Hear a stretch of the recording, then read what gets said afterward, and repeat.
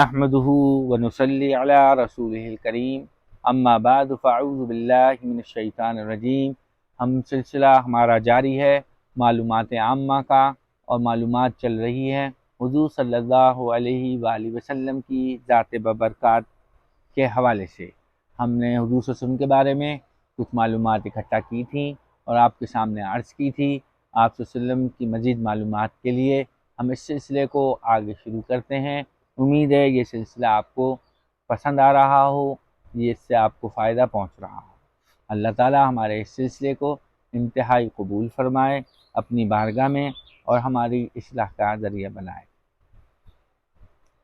ہم پہنچے تھے کہ آپ صلی اللہ علیہ وسلم کی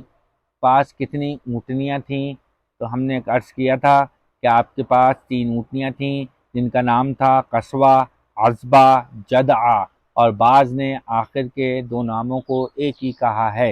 اور حوالہ تھا اس کا زاد المعاد بحوالہ نشر الطیب۔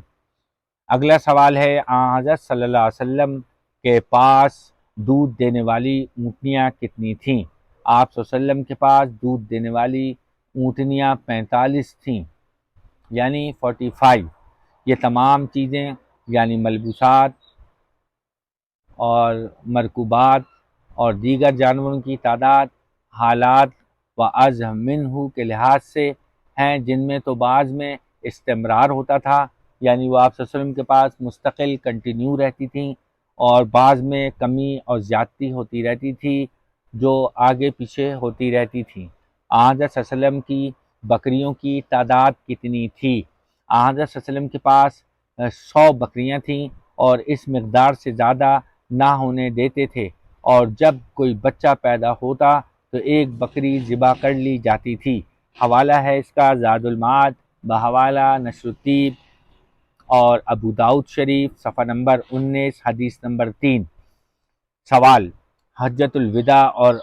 عمرۃ القضاء میں حضور صلی اللہ علیہ وسلم کے سر کے بال کاٹنے کا شرف کس صحابی نے حاصل کیا؟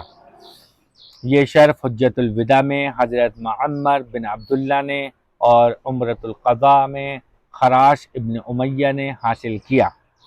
حوالہ ہے بخاری شریف، جلد نمبر 2، صفحہ نمبر 633۔ حضرت محمد صلی اللہ علیہ وسلم کی گود میں جن بچوں نے پیشاب کیا وہ کتنے ہیں اور کون کون سے ہیں؟ یہ بھی بڑی عجیب بات ہے کہ آپ صلی اللہ علیہ وسلم کی گود میں کن کن بچوں نے پیشاب کیا۔ آپ دیکھیں حضور صلی اللہ علیہ وسلم کی بابرکت زندگی کہ آپ صلی اللہ علیہ وسلم کی گود میں جن بچوں نے پیشاب کیا، اب ان کے نام بھی قیامت تک کے لیے حدیث کی کتابوں میں محفوظ ہو گئے، جو ہم جب بھی ان کتابوں کو کھولیں گے تو ان بچوں کے نام ہمارے نظر سے گزریں گے۔ تو ان بچوں میں نام ہے، سب ایک بچہ، یعنی 5 بچوں نے آپ صلی اللہ علیہ وسلم کی گود میں پیشاب کیا۔ ان میں سب سے پہلے ہیں سلمان بن حشام، دوسرے ہیں حضرت حسن رضی اللہ تعالیٰ عنہ جو کہ آپ صلی اللہ علیہ وسلم کے نواسے ہیں، حضرت علی اور فاطمہ کے بیٹے ہیں، تیسرے حضرت حسین، ان کا بھی تعارف ایسے ہی ہے، جو رشتہ حضرت حسن کا تھا وہی حضرت حسین کا تھا، چوتھے ہیں حضرت عبداللہ بن زبیر، اور 5ویں ہیں ابن امام قیس، اور بعض حضرات نے ان ناموں کو مندرجہ ذیل اشعار میں بھی جمع کیا ہے۔ اور میں حضرت عبداللہ بن زبیر کے بارے میں بتاتا چلوں کہ حضرت عبداللہ بن زبیر رضی اللہ تعالیٰ عنہ یہ بھانجے ہیں حضرت امی عائشہ صدیقہ رضی اللہ تعالیٰ عنہ کے۔ حضرت صلی اللہ علیہ وسلم جب وفات پا گئے تو آپ صلی اللہ علیہ وسلم کو غسل کفن کی کن کپڑوں میں دیا گیا؟ حضرت محمد صلی اللہ علیہ وسلم جب وفات پا گئے تو آپ کو کن کپڑوں میں غسل اور کفن دیا گیا؟ جواب، حضرت عائشہ سے روایت ہے کہ جب آپ صلی اللہ علیہ وسلم کو غسل دینے کا وقت آیا تو صحابہ کرام سوچنے لگے کہ آپ صلی اللہ علیہ وسلم کے کپڑے مثل دوسرے مردوں کے اتارے جائیں یا ماں کپڑے کے غسل دیا جائے، یعنی کپڑے اتار کر آپ صلی اللہ علیہ وسلم کو غسل دیا جائے یا کپڑوں کے ساتھ ہی آپ صلی اللہ علیہ وسلم کو غسل دیا جائے۔ یہ تھا صحابہ میں ایک امر تشویشی۔ تو جب آپس میں اختلاف ہوا تو اللہ تعالیٰ نے ان پر نیند طاری کر دی، اور گھر کے ایک گوشے سے کہنے والے نے کہا کہ آپ صلی اللہ علیہ وسلم کو کپڑوں کے ساتھ ہی غسل دیا جائے۔ تب آپ صلی اللہ علیہ وسلم کو کپڑوں کے ساتھ ہی غسل دیا گیا، پس قمیص کے اوپر سے پانی ڈالتے تھے اور قمیص سمیت ملتے تھے، پھر آپ صلی اللہ علیہ وسلم کا کرتا نچوڑا گیا اور نکال لیا گیا۔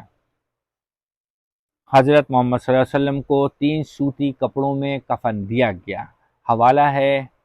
اس کا رواہ بشیخان بحوالہ نشر الطیب۔ حضرت محمد صلی اللہ علیہ وسلم کی نماز جنازہ کیسے پڑھی گئی اور پہلے کس نے پڑھی؟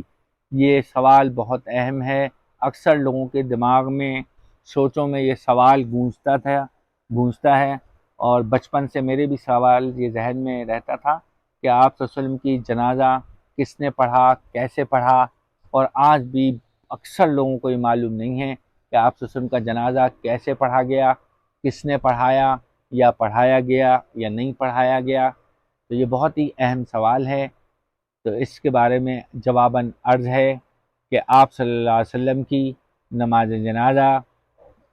باجماعت نہیں پڑھی گئی بلکہ علیحدہ علیحدہ پڑھی گئی، کیونکہ صحابہ نے حضرت صلی اللہ علیہ وسلم سے آپ صلی اللہ علیہ وسلم کی آخری وقت معلوم کیا تھا کہ آپ صلی اللہ علیہ وسلم کی نماز جنازہ کون پڑھائے گا، تو آپ صلی اللہ علیہ وسلم نے فرمایا تھا کہ جب غسل کفن سے فارغ ہو جاؤ تو میرا جنازہ قبر کے قریب رکھ کر بیٹھ جانا، اول یعنی سب سے پہلے ملائکہ نماز پڑھیں گے، پھر تم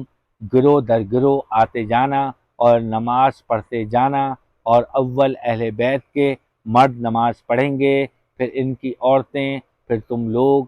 اور ہم نے عرض کیا کہ قبر میں کون اتارے گا، تو آپ صلی اللہ علیہ وسلم نے فرمایا کہ میرے اہل بیت یعنی میرے گھر والے،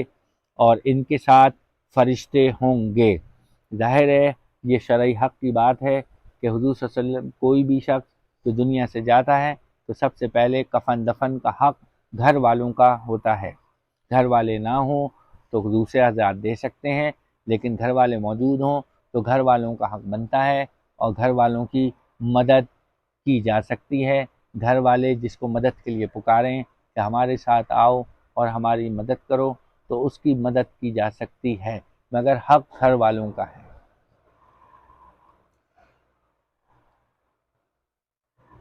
تو آپ کو اس بات سے پتہ چلا کہ حضور صلی اللہ علیہ وسلم کی نماز باجماعت نہیں ہوئی تھی، اس میں کوئی امام نہیں تھا، لوگ اب جماعت کی شکل میں اپنے اپنے طور پر نماز پڑھتے تھے، جماعت نہیں ہوتی تھی۔ سب سے پہلے جبریل علیہ السلام نے آپ صلی اللہ علیہ وسلم کی نماز پڑھی فرشتوں کے ساتھ، پھر اس کے بعد آپ کے اہل بیت نے پڑھی، اور اس کے بعد دیگر صحابہ کرام نے باری باری آپ صلی اللہ علیہ وسلم کا جنازہ ادا کیا۔ تو یہ تھی صورت آپ صلی اللہ علیہ وسلم کے جنازے کی، اور اس میں ہم کو جواب مل گیا کہ آپ صلی اللہ علیہ وسلم کا جنازہ کس طرح ہوا تھا۔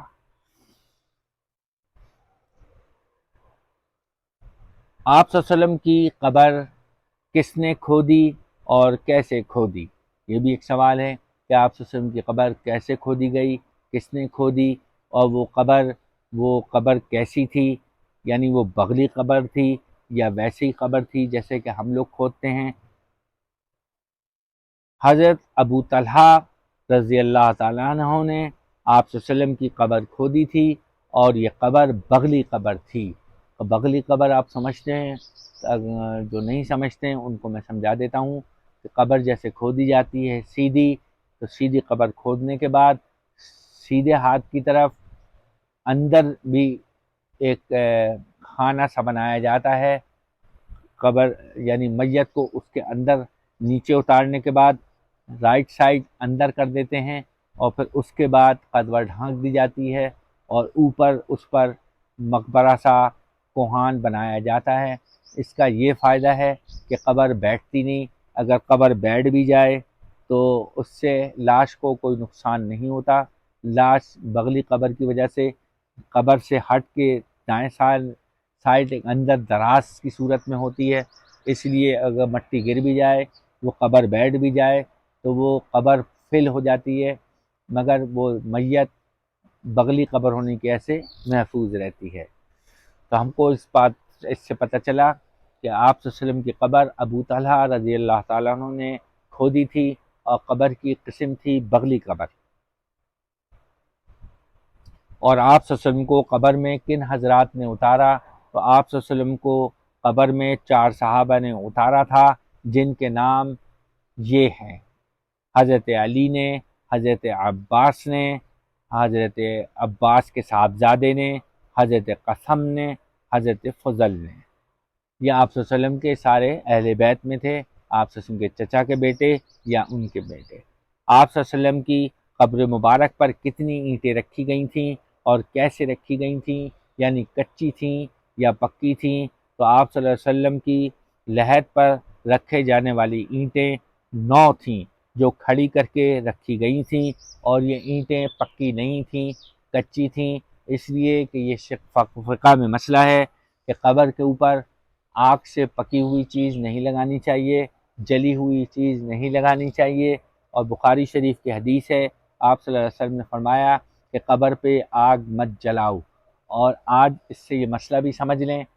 گو کہ یہ موضوع مسائل نہیں، آج کی نشست جو ہے یہ سلسلہ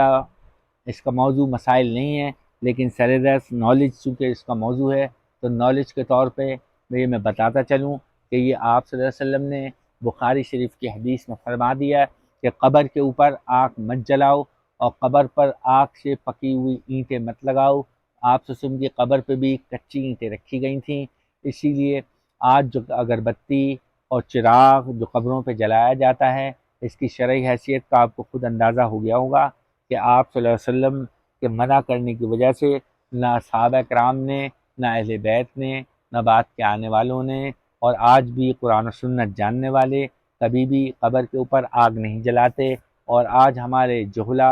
علم سے ناواقف لوگ جو ہیں وہ آپ اپنے عزیز اقربا کی قبر پر آگ جلاتے ہیں، جو کہ صحیح طریقہ نہیں ہے۔ اگربتی جلانا،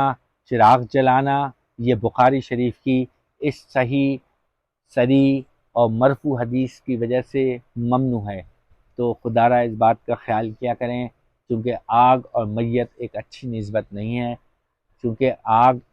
جو ہے وہ عذاب کی شکل ہے، اور مرنے کے بعد ان چیزوں سے میت کو دور رکھنا چاہیے۔ میں اپنی ان گزارشات سے اپنی